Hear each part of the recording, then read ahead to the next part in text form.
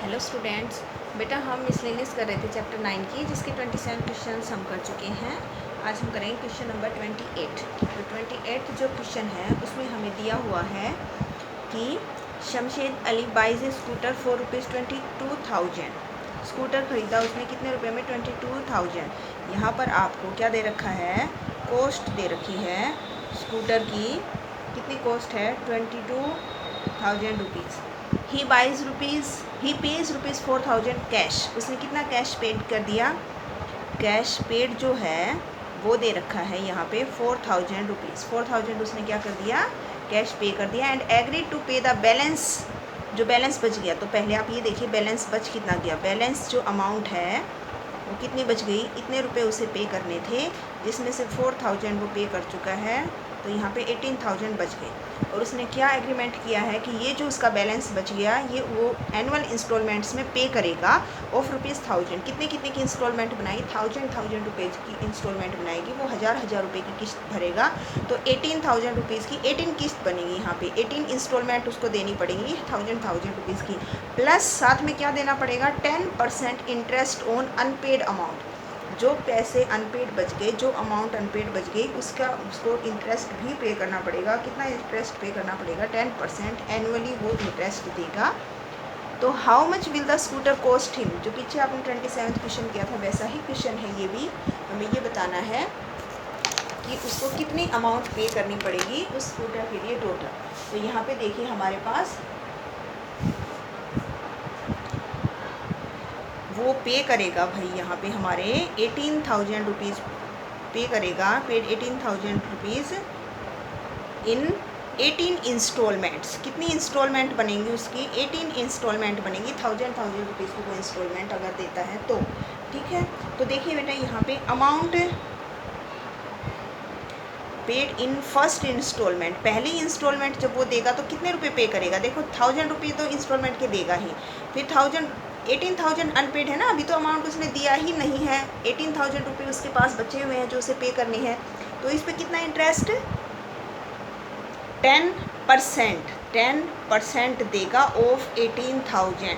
तो देखिए पहली इंस्टॉलमेंट जो उसकी बनेगी 10/100 हो जाएगा। परसेंट हटाएंगे तब आप अपॉन 100 हो जाएगा एंड मल्टीप्लाई बाई क्या हो जाएगा? 18,000। तो यहाँ पे देखिए आपके पास 1,000 एंड प्लस 1800, तो ये कितने रुपए हो गए आपके पास? इतने रुपए की हो गई उसकी फर्स्ट इंस्टॉलमेंट। ठीक है। अब सेकंड इंस्टॉलमेंट जब वो पे करेगा तो बेटा सेकंड इंस्टॉलमेंट में फिर 1,000 रुपये। पहली किस्त उसने पहली इंस्टॉलमेंट 1,000 की दे देनी है। अब उसके पास 17,000 अनपेड बच गए। फर्स्ट टाइम में जब उसके पास 18,000 थे उसका 10% उसने इंटरेस्ट दिया। अब उसके पास 1,000 रुपये पे कर चुका है, इसमें से एक किस्त उसकी जा चुकी है, 17,000 बच गए। अब इसका 10% इंटरेस्ट देना पड़ेगा उसे। तो अब उसको सेकंड इंस्टॉलमेंट कितने रुपए की पे करनी पड़ेगी? ये उसकी सेकंड इंस्टॉलमेंट। सिमिलरली जब आप थर्ड इंस्टॉलमेंट निकालेंगे तो 1,000 तो पे करना ही पड़ेगा। अब वो 2 इंस्टॉलमेंट दे चुका है 1,000 की। 18,000 में से 2 इंस्टॉलमेंट हो गई, तो अब उसके पास 1,600 रुपीज़ बच गए। 16,000 रुपीज़ बच गए, जिसका उसे 10% इंटरेस्ट देना पड़ेगा। तो नेक्स्ट जो उसकी इंस्टॉलमेंट होगी वो इतने रुपए की होगी हमारे पास? 2,600 की। तो यहाँ पे देखिए बेटा ये क्या बनेगी आपकी? First instalment, second instalment, third instalment, ऐसे करते करते 18 इंस्टॉलमेंट उसको देनी है। तो यहाँ देखिए ये आपके पास क्या बन गई? एक एपी, जिसकी first term common difference 100 minus होता जा रहा है और नंबर ऑफ टर्म्स 18 है। तो इन 18 टर्म्स का सम आपको निकालना है। तो 18/2 × 2a प्लस n-1 × d। तो ये हमारा कितना आ जाएगा? देखिए -1700। तो ये हमारे पास कितना बचेगा? 6 ×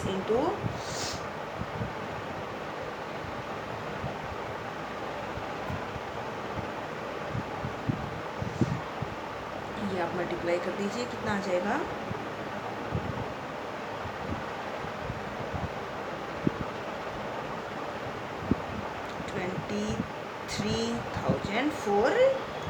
23,400 यहाँ पे आ जाएगा हमारे पास। सॉरी बेटा बेटा यहाँ पे 2 से कैंसिल कर रहे थे हम, 9 पे कैंसिल होगा, 2 9 जा, और जब आप 9 से इसको मल्टीप्लाई करेंगे तो ये आ जाएगा हमारे पास, इतने आ जाएंगे। अब देखिए को टोटल कॉस्ट बतानी है स्कूटर की, कितने रुपए वो पहले पे कर चुका है, 4000 तो उसने पहले दे दिए हैं और अब उसको ये और देना है, तो हमारे पास टोटल जो कॉस्ट आ जाएगी तो वो 4000 पहले पे कर चुका है और अब इंस्टॉलमेंट्स में उसने इतने रुपए और पे कर दिए हैं। तो ये स्कूटर जो उसने लिया था ये उसे कितने में, इतने रुपये बन जाएंगे उसके टोटल। कॉस्ट स्कूटर की कितनी थी, 22,000, 22,000 में लेना था, लेकिन इंस्टॉलमेंट पे करते करते विद इंटरेस्ट उसके इतने बन गए हैं। ठीक है, नेक्स्ट क्वेश्चन है बेटा, नेक्स्ट क्वेश्चन में देखिए इसने क्या दे रखा है, a person writes a letter to 4 his friends. एक पर्सन है उसने लेटर लिखा अपने 4 फ्रेंड को, क्लियर है, 4 फ्रेंड को उसने लेटर लिखा 1 2 3 4, इसका मतलब उसने कितने लेटर लिखे, 4 लेटर लिखे। फिर उसने अपने फ्रेंड्स को बोला कि वो भी 4 लेटर लिखेंगे, तो ये भेजेगा 4 लेटर, फिर दूसरा भी 4 लेटर भेजेगा, ये भी 4 लेटर और ये भी 4 लेटर।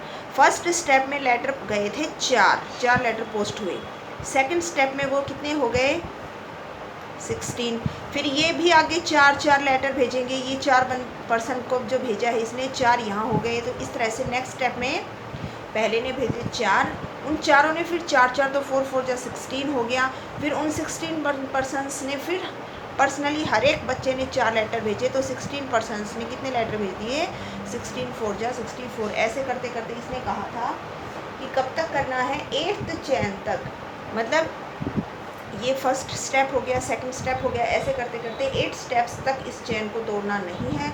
अब इसने ये कहा है एक लेटर को पोस्ट होने में 50 पैसे लगते हैं, तो हमें ये बताना है कि 8th सेट तक, ये फर्स्ट सेट हो गया 4 लेटर का, सेकंड थर्ड, ऐसे 8th सेट तक कितनी अमाउंट हमें पे करनी पड़ेगी।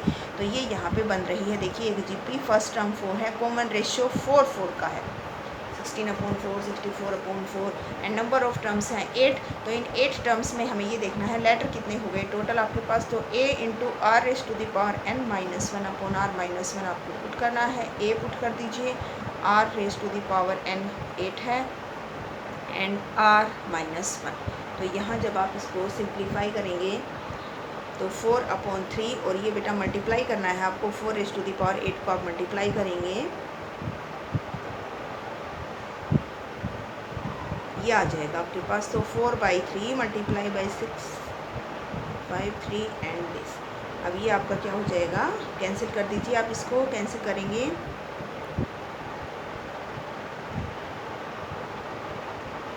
ये हमारे पास ये इतने लेटर आ जाएंगे।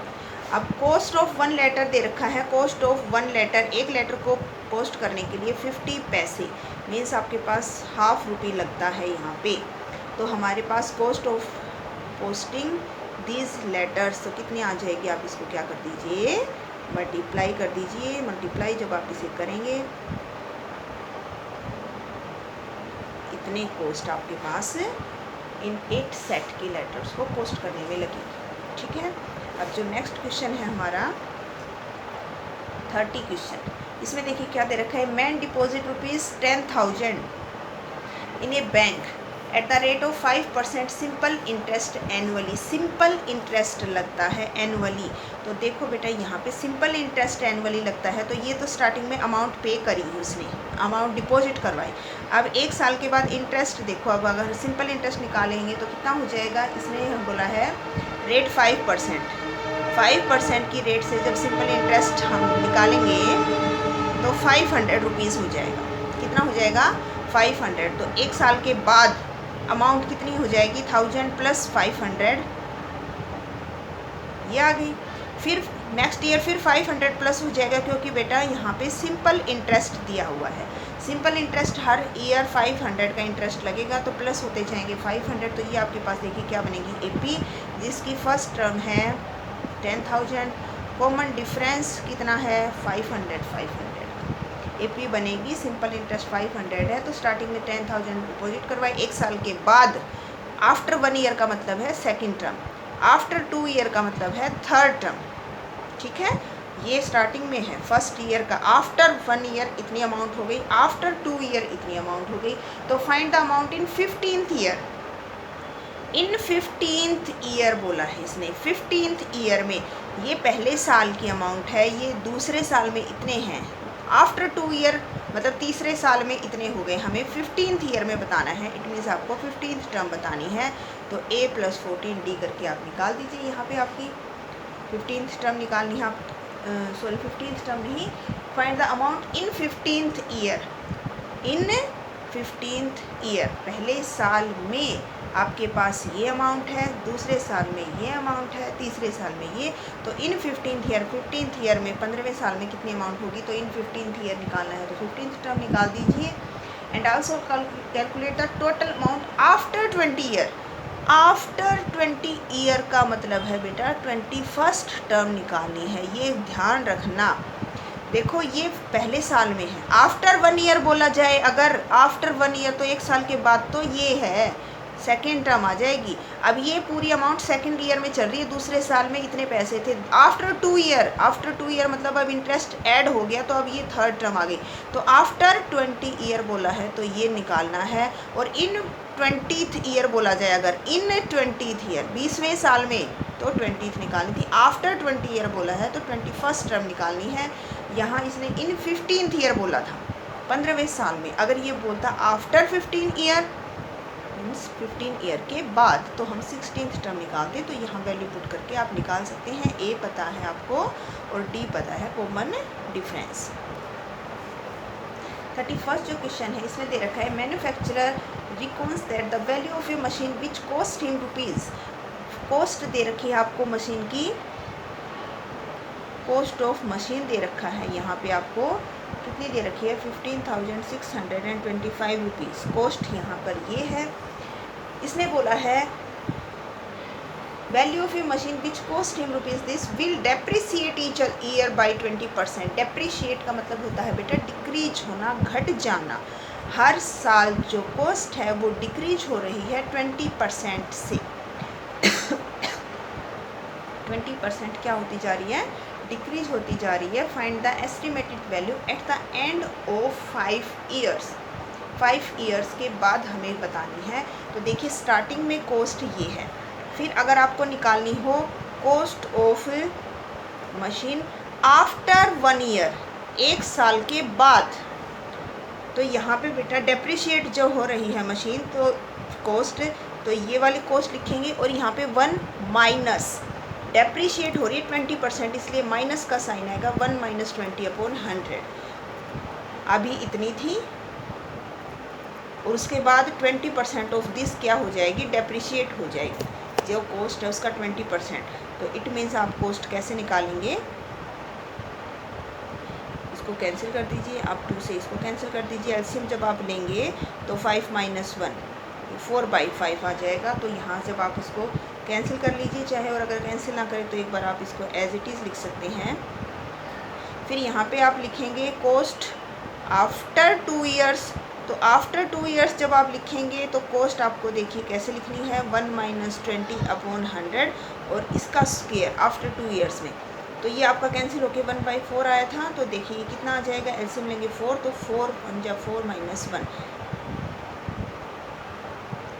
5 आएगा, सॉरी 5 - 1 4/5 का स्क्वायर। ऐसे ही जब आप कॉस्ट निकालेंगे आफ्टर 3 ईयर्स, जब आप कॉस्ट आफ्टर 3 ईयर्स निकालेंगे तो उसमें आपके पास क्या आ जाएगा, 4/5 का क्यूब। तो ये आपकी देखिए क्या बनेगी, ये बनेगी बेटा आपकी देखिए आप क्या बन रही है, ये आपकी जिप्पी बन रही है। एंड सो ये क्या बनेगी, आपकी जीपी बनेगी, जिसकी फर्स्ट टर्म आप चाहें तो इसको कॉमन निकालें तो कॉमन निकाल के भी कर सकते हैं। जिसकी फर्स्ट टर्म क्या है, ये हमारी फर्स्ट टर्म तो ये थी आपकी, सॉरी फर्स्ट टर्म तो ये थी, स्टार्टिंग में कॉस्ट ये थी। आफ्टर 1 ईयर कॉस्ट ये हो गई, फिर आफ्टर 2 ईयर कॉस्ट ये हो गई, आफ्टर 3 ईयर। तो यहाँ फर्स्ट टर्म ये है हमारी, कॉमन रेशो जीपी बन रही है जिसमें कॉमन रेशो 4/5, जब डिवाइड करेंगे 4/5 कॉमन रेशो आएगा। हमें वैल्यू बतानी है after 5 years, after 5 year, after 1 year second term आ जाएगी, आफ्टर 2 ईयर। तो ऐसे ही आफ्टर 5 ईयर का मतलब है 6th टर्म निकालनी है, जो AR⁵ हो जाएगी। ए की जगह आपको ये पुट करना है, r⁵ इसको आप क्या कर लीजिए, मल्टीप्लाई कर लीजिए, ये आ जाएगी हमारी cost of machine after 5 years. 5 years के बाद आपकी वैल्यू कितनी आ जाएगी। नेक्स्ट जो क्वेश्चन है हमारा क्वेश्चन नंबर 32 के क्वेश्चन में इसने देखिए क्या बोला है। इसने बोला है 150 वर्कर्स हैं जो काम कर रहे हैं to finish a job in a certain number of days. 4 workers dropped out on second day. पहले दिन इतने वर्कर्स ने काम किया, अगले दिन 4 वर्कर हो गए कम। 4 more workers dropped out on third day. तीसरे दिन 4 और वर्कर कम हो गए एंड सो ऑन। अब वर्कर्स ने काम करने में 8 more days to finish the work. पहले अगर वो काम 10 दिन में कंप्लीट होना था तो अब उस काम को लगेंगे 18 दिन, क्योंकि वर्कर हो गए हैं कम। Find the number of days in which the work was. अब ये बताओ वो काम कितने दिन में कंप्लीट हुआ। लेट मान लीजिए work finished in and days. मान लीजिए काम आपका कितने दिन में पूरा हुआ, एंड डेज में। पहले दिन इतने वर्कर्स ने काम किया, दूसरे दिन इतने थे, तीसरे दिन इतने थे, ऐसे करते करते मान लीजिए हमारे पास एंड डेज, तो एंड दिन तक वर्कर्स ने क्या किया है, काम किया है। मतलब ये वर्कर ऐसे करते करते कितने दिन काम करेंगे, एंड डेज तक। तो यहाँ देखिए फर्स्ट टर्म है 150, कॉमन डिफरेंस -4, 4 वर्कर आपके कम होते जा रहे हैं। तो हमें निकालना है SN। क्या निकालना है, SN, total numbers of worker required, कि n दिन तक काम करने के लिए कितने वर्कर चाहिए भाई। मान लीजिए 18 दिन काम चला है, तो 18 दिन तक कितने वर्कर, पहले दिन इतने थे, दूसरे दिन इतने, तीसरे दिन इतने, तो n डेज तक कितने वर्कर्स लगेंगे। तो यहाँ आपके पास लगेगा n/2 × 2a plus n-1 × d। तो n/2 ये 300 -4n, n प्लस हो गया 4, तो n/2 ये हमारे पास आ गया 304 - 4n। आप इस 2 को चाहे अंदर डिवाइड में कर दीजिए, दोनों को डिवाइड कर दीजिए 2 से, तो यहाँ पर आप 2 से डिवाइड कर दीजिए और ये 2 से। ये हमारे पास इतना आ गया कि टोटल एंड डेज में हुआ तो total number of workers required इतने थे। ठीक है। अब अगर मान लीजिए वर्कर कम ही ना होते, पहले दिन भी 150, दूसरे दिन, तीसरे दिन, ऐसे करते करते, तो फिर काम कितने दिन में पूरा हो जाता। अभी एंड डेज में पूरा हो रहा है, तो पहले 8 दिन जल्दी पूरा हो रहा था ना, अब तो ये 8 डेज एक्स्ट्रा लगे हुए हैं। अगर ये वर्कर कम हो रहे हैं तो इतने दिन में पूरा हुआ, तो अगर वर्कर कम ही ना होते तो कितने दिन में पूरा हो जाता भाई, n-8 डेज में। कितने दिन में पूरा हो जाता है, n-8 डेज में। तो फिर कितने वर्कर्स की रिक्वायरमेंट होती। देखिए पहले दिन 150, दूसरे दिन फिर 150, मतलब 300 वर्कर्स का हो गया काम, फिर ऐसे ही प्लस करते करते, तो यहाँ पे हमारे पास कितना हो जाता। अगर वर्कर आपके ड्रॉप आउट ही ना होते तो यहाँ पे टोटल वर्कर्स कितने हो जाते, टोटल वर्कर्स रिक्वायर्ड तो कितना हो जाता हमारे पास, 150 करते तो 150 वर्कर यूज करने थे हमें n-8 डेज तक। तो ये हमारी फर्स्ट इक्वेशन माने, अगर हम इसको सेकंड इक्वेशन माने तो ये हमारे पास सम आया है वर्कर्स का n-, काम तो उतना ही था, काम तो सेम है ना, चाहे ये 18 दिन में पूरा करो चाहे ये 10 दिन में पूरा करो, काम तो उतना ही था। फ्रॉम इक्वेशन 1 and 2 ये जो आपकी n × 152 - 2n है, ये किसके इक्वल है, 150 × n-8।